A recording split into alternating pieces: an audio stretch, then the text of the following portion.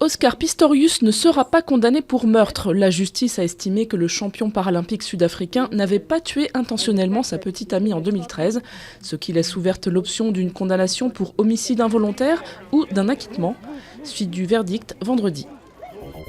L'Union européenne a trouvé un accord pour sanctionner de nouveau Moscou pour son rôle dans le conflit dans l'est de l'Ukraine.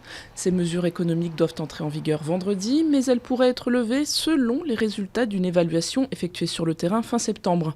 La réaction de la Russie ne s'est pas fait attendre. Elle prépare ses propres mesures de rétorsion contre les pays occidentaux qui la sanctionnent.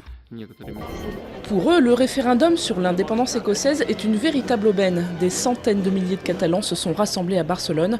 Ils réclament le droit de voter sur le maintien ou non de leur région dans l'Espagne.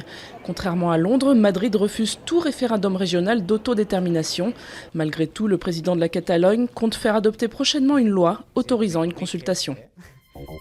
La police des polices pointe une défaillance individuelle après le vol cet été de plus de 50 kilos de cocaïne dans les locaux de la police judiciaire à Paris.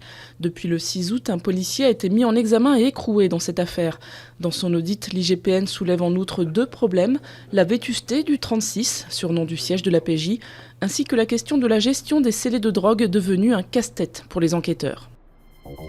Avant de perdre les os, pourquoi ne pas plonger dans l'eau avant l'arrivée de bébé pour prendre quelques clichés ? Plus original qu'un jardin en fleurs, des Chinoises enceintes ont choisi la photo sous-marine pour immortaliser leur ventre rebondi. Un petit bain en studio avant de se jeter dans le grand bain de la vie de parents.